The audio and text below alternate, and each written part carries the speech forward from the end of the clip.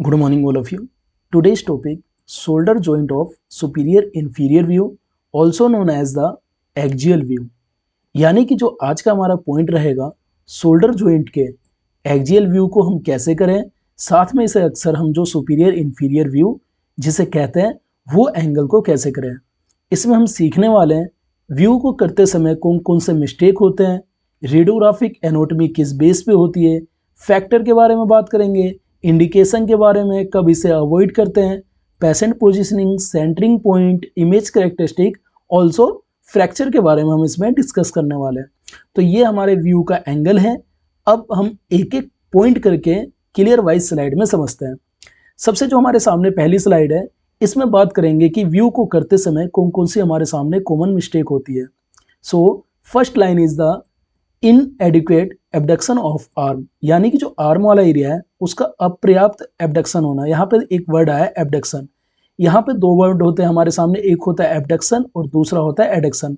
Adduction मतलब किसी भी बॉडी के पार्ट को कोई जॉइंट को पास लाना, और एबडक्शन का मतलब दूर ले जाना। यानी कि जो आर्म वाला एरिया है हमारे बॉडी से जो सफिशिएंट तरीके से दूर नहीं जा पाता, जिसकी वजह से हमारे सामने जो जॉइंट होती है वो हमारे सामने क्लियर सीन नहीं हो पाती। दूसरे में इनकरेक्ट सेंटरिंग पॉइंट, जिसकी वजह से जो जॉइंट है वो पूरी तरह से हमारे सामने विजुलाइज नहीं हो पाती। बहुत ज़्यादा कम एक्सपोजर होना या बहुत ज़्यादा मात्रा में एक्सपोजर का दे देना, उसकी वजह से हमारे सामने इमेज ब्लर हो सकती है, इमेज हमारे सामने खराब हो सकती है। अगर पेशेंट का मूवमेंट की कमी के कारण जो मोशन ब्लर होने के बहुत ज़्यादा हाई चांस होते हैं, तो ये होती है हमारे सामने कुछ इसकी कॉमन मिस्टेक शोल्डर जॉइंट के एक्सियल व्यू को करते समय। अब बात करते हैं जो ये व्यू होता है बहुत ज़्यादा इंपॉर्टेंट क्यों माना जाता है। पहले हम अगर इसके एपी व्यू को जो क्लियर में करते हैं, तो एपी व्यू के साथ जो हमारा जो शो नहीं हो पाता फ्रैक्चर, तो हमारा जो बेस्ट व्यू होता है, ये जो पोस्टीरियर डिसलोकेशन होता है उसके लिए एक्सियल व्यू सबसे बेस्ट माना जाता है। साथ में जो रिलेशनशिप शो करता है वो ह्यूमरल हेड, और साथ में जो ग्लेनोइड प्रोसेस है उसके रिलेशनशिप को शो करता है। शोल्डर इंजरी के लिए या डायग्नोस्टिक के लिए सबसे ज़्यादा हेल्पफुल होता है। साथ में ट्रोमा रेडियोग्राफी में बहुत ज़्यादा ज़रूरत होती है, और लेटरल व्यू एपी व्यू के साथ हम इसे अक्सर एक्सियल व्यू को परफॉर्म करते हैं। तो ये था बेस इसका कॉमन मिस्टेक का, साथ में जो ये व्यू करवाते हैं, ये व्यू क्यों करवाते हैं। अब बात करते हैं कि इसके सामने जो हमारे इसके बेसिक कंपोनेंट होंगे वो क्या होंगे। तो हम रेडियोग्राफिक कैसेट का जो यूज करते हैं 8x10 इंच की हमारे लिए सफिशियंट होती है। इन केस अगर अवेलेबल नहीं है तो उस समय आप 10x12 इंच की, साथ में और भी कैसेट जैसे 11x14 इंच की कैसेट, साथ में 14x17 इंच की कैसेट, या हमारे सामने जो 10x12 inch, 12x14 inch, 6x8 inch और भी साथ साथ में इसके रेडियोग्राफिक कैसेट होते हैं, तो आप उन कैसेट का यूज कर सकते हैं। अगर आपको लगता है कि रेडियोग्राफिक कैसेट का जो साइज है वो लार्ज है, तो बीच में एक लीड डिवाइडर का यूज करके हाफ एरिया को कवर करके जो एरिया हमारे सामने शो हो रहा है इस पे आप व्यू कंप्लीट कर लेंगे। जैसे ही व्यू अगर इस पे कंप्लीट हो जाता है, तो जो लीड डिवाइडर था दूसरी साइड में शिफ्ट करके जो हमारे सामने अनएक्सपोज एरिया है वहां पे आप सेकंड व्यू को कर सकते हैं। टेबल टॉप के ऊपर एक्सरे करवाते हैं, दैट मीन्स ये हमारे सामने एक रेडियोग्राफिक टेबल का एक इमेज हो गया। साइड में हम एक रेडियोग्राफिक कैसेट का यूज करेंगे, पेशेंट को चेयर के ऊपर शिफ्ट करेंगे, और ये कॉर्नर पे यानी कि एज वाले किनारे पे यहाँ पे पेशेंट के शोल्डर को एक एंगल देके हम इस व्यू को कंप्लीट करते हैं। एफएफडी और एसआईडी हमारी 100 सेंटीमीटर तक होती है अप्रोक्स। अगर इसे हम कन्वर्ट करते हैं तो 40 इंच तक हमारी बेस्ट मानी जाती है। किलो वोल्टेज पीक केवीपी की जो फुल फॉर्म है 55 to 72 एक एवरेज होती है। Ms that means milli ampere second, जो एवरेज है 8 to 20 हमारे सामने इसकी एवरेज है। अगर इसमें बात करें तो आप 65, 70, 72 का अगर केवीपी देते हैं, तो उसके बेस पे अगर आप 13 का एमएस, 16 का एमएस या साथ में 18 का एमएस देते हैं, तो आपके सामने जो इमेज आएगी वो क्लियर तरीके से प्रोवाइड हो जाएगी। और साथ में आप 15% टेक्निक का यूज करके भी इस व्यू को कंप्लीट कर सकते हैं। 15% जो टेक्निक होती है बहुत ज़्यादा इंपॉर्टेंट मानी जाती है। अब बात करते हैं इसके नेक्स्ट में कि इसके साथ साथ जो इंडिकेशन होंगे और साथ में जो कॉन्ट्रा इंडिकेशन। वैसे ये अक्सर जो स्पेशल व्यू होते हैं ये इंडिकेशन और कॉन्ट्रा इंडिकेशन उसकी लाइनिंग है, लेकिन फिर भी हम इसमें समझ रहे हैं कि इंडिकेशन यानी कि कब इस व्यू को परफॉर्म करा जाए और साथ में कब इस व्यू को थोड़ा अवॉइड करा जा सकता है, वो समझने वाले हैं। तो इंडिकेशन में first point is the shoulder dislocation, that means anterior and posterior के ऊपर किसी भी टाइप का फ्रैक्चर हो जाना। एंटीरियर मतलब फ्रंट वाला पार्ट यानी कि आगे वाला पार्ट, और पोस्टीरियर मतलब यानी कि बैक वाला पार्ट, ये बेस है। विजुलाइज जो भी हमारे सामने जो ग्लेनोहिमरल जॉइंट है उनके बीच में रिलेशनशिप को शो करना, साथ में किसी भी टाइप के फ्रैक्चर को जो कि हमारे ह्यूमरल हेड में हो रखा हो या जो ग्लेनोइड कैविटी है उसके बेस पे हो रखा हो, ये हमारे फ्रैक्चर को सबसे बेस करने के लिए शो करा जाता है। साथ में इवेल्युएशन जो बैंकेट लेसन होता है, साथ में हील सैच जो लेसन होता है, ये दोनों ही जो वर्ड है ये हमारे शोल्डर के डिसलोकेशन से रिलेटेड है। यानी कि अगर हम इसके लिए बात करें तो जो हमारे ग्लेनोइड वाला एरिया होता है, बैंकेट जो लेसन होता है, उसमें किसी भी टाइप का जो हमारा फट सा जाना, और जो हमारा हील सैच लेसन होता है वो क्या होता है कि जो ह्यूमरल हेड का पीछे वाला एरिया होता है यानी कि पोस्टीरियर वाला, उसके बेस पे किसी भी टाइप की एक कैविटी हो जाना, उस लेसन को शो करने के लिए इस व्यू को परफॉर्म करते हैं। कौन सा व्यू? शोल्डर जॉइंट का एक्सियल व्यू यानी कि superior and inferior view. Trauma cases में एपी व्यू में जहाँ पे हमारे सामने जो डिटेल होती है वो क्लियर तरीके से प्रोवाइड नहीं हो पाती, उस कंडीशन में भी हम एक्सियल व्यू को परफॉर्म करते हैं। अगर हम कॉन्ट्राइंडिकेशन की बात करें तो यहाँ पे जो first point severe trauma with pain, यानी कि बहुत ज़्यादा ट्रोमा हो रखा हो, साथ में बहुत ज़्यादा पेन हो रखा हो, पेशेंट जहाँ पे जो आर्म वाला एरिया उसे एब्डक्टेड ना कर पाए, यानी कि बॉडी को जो आर्म है उसे पूरी तरह से एब्डक्टेड ना कर पाए, जब इसे अवॉइड करके एक सिंपल मॉडिफाइड व्यू का यूज करा जा सकता है। रिसेंट फ्रैक्चर हुआ हो, दैट मीन्स अभी अभी फ्रैक्चर हुआ हो, और जहाँ पे पॉसिबल ना हो कि जो पेशेंट है वो मूवमेंट कर पाए, हो सकता है उस इंजरी में बहुत ज़्यादा चोट लगने के चांस हो और भी ज़्यादा इंजरी हो सकती है। पेशेंट अनकोऑपरेटिव हो, साथ में अनकॉन्शियस हो, तो हम एक मॉडिफाइड टेक्निक का यूज करके उस व्यू को कंप्लीट करेंगे।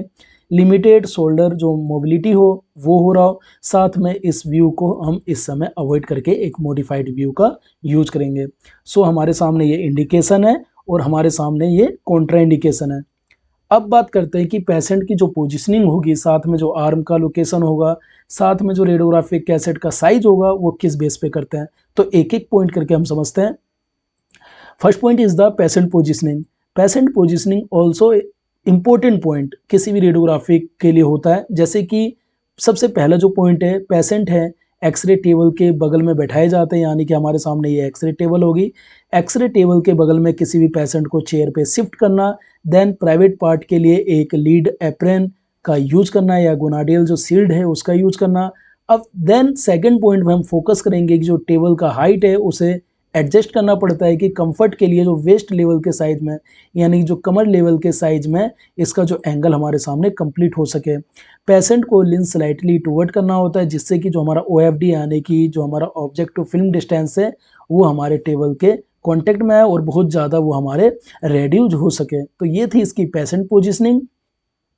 अब बात करते हैं कि जो इसमें आर्म की पोजिशनिंग होगी, साथ में जो रेडियोग्राफिक कैसेट यूज करेंगे वो क्या करेंगे। तो एल्बो को में भी थोड़ा फ्लेक्स करा जा सकता है या हमारा एक्सटेंडेड करा जा सकता है, यानी कि जो एल्बो जॉइंट है उसे हम या तो फ्लेक्स कर लेंगे या पूरा का पूरा इसे विस्तारित करेंगे, एक्सटेंडेड करेंगे। आर्म को अफेक्टेड साइड से एब्डक्टेड करना होता है। ये जो बेस होता है वैसे अकॉर्डिंग होता है 40 डिग्री से लेके 90 डिग्री तक माना जाता है। अगर एक बेस पे देखेंगे जो इसके बेस में एंगल है तो हमारा ये 45 डिग्री के एंगल पे हम यूज कर सकते हैं, या आप अगर इसे यूज कर रहे हैं तो आप यहाँ पे 90 डिग्री के बेस पे भी हम जो एक्सियल जो व्यू है उसे हम कवर कर सकते हैं। रेडियोग्राफिक कैसेट का जो शोल्डर जॉइंट है उसके अंडर में हमें कैसेट को प्लेस करना होता है टेबल टॉप के ऊपर।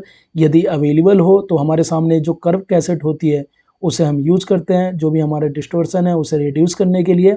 शोल्डर जॉइंट को और साथ में जो भी हमारा सेंटर वाला एरिया है वो कैसेट के ऊपर कवर होना चाहिए। तो साथ में जो patient positioning, arm position, cassette, यानी कि व्यू में हम समझे पेशेंट को सबसे पहले हमें चेयर के ऊपर शिफ्ट करना होता है, हाइट को एडजस्टेड करना होता है कि वेस्ट के बराबर जो हमारे सामने व्यू है वो कंप्लीटली तरीके से शो हो जाए। पेशेंट को हल्का सा आगे की तरफ झुका दिया जाता है जिससे कि व्यू है उससे कोई कठिनाई ना हो। एल्बो को फ्लेक्स करा जा सकता है, एक्सटेंडेड करा जा सकता है। साथ में एल्बो को जो हमारा है आर्म वाला एरिया, इसे 45 डिग्री सबसे बेस्ट माना जाता है और कुछ कंडीशन में हम इसे 90 डिग्री तक भी इसका बेस का यूज कर सकते हैं। कैसेट को हम टेबल टॉप के ऊपर यूज करेंगे, जैसे कि यहाँ पे आप सब देख सकते हैं यूज करने का स्टाइल। और यहाँ पे जो व्यू को एंगल देंगे कि हमारे सामने जो शोल्डर जॉइंट का एरिया है वो पूरी तरीके से हमारे सामने कंप्लीट हो जाए। अब बात करते हैं कि जो सेंटरिंग पॉइंट होगी, सेंटरिंग पॉइंट क्या होगी। तो सेंटरिंग पॉइंट में हमारे सामने वर्टिकल बीम यूज करेंगे, यानी कि हमारे सामने वर्टिकल बीम है, वर्टिकल बीम, और यहीं पर अगर स्ट्रेट लाइन जाती तो हमारे सामने हॉरिजॉन्टल बीम होती। तो वो जो हमारे सामने वर्टिकल बीम का यूज करेंगे, सेंट्रल जो रे रहेगी शोल्डर जॉइंट का जो एक्सिल है उसके थ्रू डायरेक्टेड होगी, यानी कि अगर हम सेकंड ऑप्शन में बोल सकते हैं तो some tube angulation toward the palm of the hand may be necessary to coincident with the plane of the glenoid cavity. So next point, जो बीम एंगल कभी कभी हमें 5 to 15 डिग्री मीडियली देना पड़ता है, depending on the patient condition. जिस base पे patient की कंडीशन है उस बेस के ऊपर 5 से 15 डिग्री का हम मीडियली बीम एंगुलेशन को दे सकते हैं। तो ये थे हमारे सामने सेंटरिंग पॉइंट। अब बात करते हैं जो फ्रैक्चर शो होंगे वो कौन कौन से होंगे। First fracture is the fracture of the humeral hand, second point is the glenoid rim fracture, third is the greater tubercle fracture, fourth is the posterior shoulder dislocation। तो हमारे सामने जो फोर्थ हैं ये चारों सबसे मेन होते हैं, साथ में और भी पॉइंट हमारे सामने शो होते हैं जिसे हम देखते हैं। अब बात करते हैं कि जो हमारे सामने इमेज करेक्टरिस्टिक, यानी कि इमेज जो इंक्लूड करेंगे वो कौन सा बेस का एरिया होगा। फर्स्ट में समझते हैं कि जो हमारे सामने जो भी ग्लेनोइड कैविटी होती है साथ में जो ह्यूमरल हेड होता है उसके रिलेशन को हम इसमें शो करते हैं कि हमारे सामने जो पॉइंट है वो क्या होने वाले हैं। क्लियर व्यू देखेंगे जो भी हमारे सामने ग्लेनो ह्यूमरल जॉइंट है उसके स्पेसेस को, यानी कि अगर हम थोड़ी सी एनाटॉमी की बात कर रहे हैं तो ये हमारे सामने जो ऊपर शो हो रहा है this is the clavicle. Second point is the, you can see in this image, tip of the crescent process.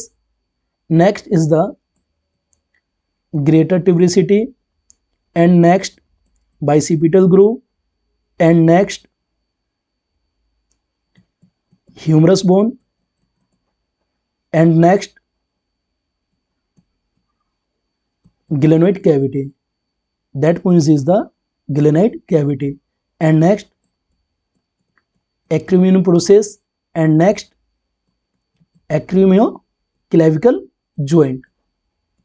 सो हमारे सामने जो थे ये पॉइंट, ये हमारे सामने जो इसकी एनाटॉमी है। अब व्यू में समझते हैं। सो पहला पॉइंट है इमेज कैरेक्टरिस्टिक का, first point is the clear view of glenohumeral joint space, यानी कि जो हम अभी समझे कि हमारे सामने जो ग्लेनोइड कैविटी है जो इसके बीच का स्पेस है वो स्पेस किस बेस पे है उसे शो करेंगे। साथ में जो हमारा ह्यूमरल का हेड है, यानी कि जो हमारे सामने है ह्यूमरल का हेड का स्ट्रक्चर हो गया, साथ में जो ग्लेनोइड कैविटी हो गई, इसके बीच के शो को देखेंगे।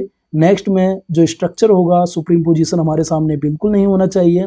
और फिर हम इसमें देखेंगे कि जो हमारा क्रेसोइड प्रोसेस है साथ में जो एक्रोमियो है वो हमारे सामने विजुअल हो, and also joint alignment clear demonstrated. So this is the view of the superior inferior axial view of shoulder joint, and today we have discussed superior inferior axial view of shoulder joint. First point is the common mistake, next is the why this each view is important, and next one radiographic cassette, tabletop, FFD, KVP, MS. Next one indication, next contraindication, and also patient positioning, arm position, cassette, and centering point and the fracture, and last one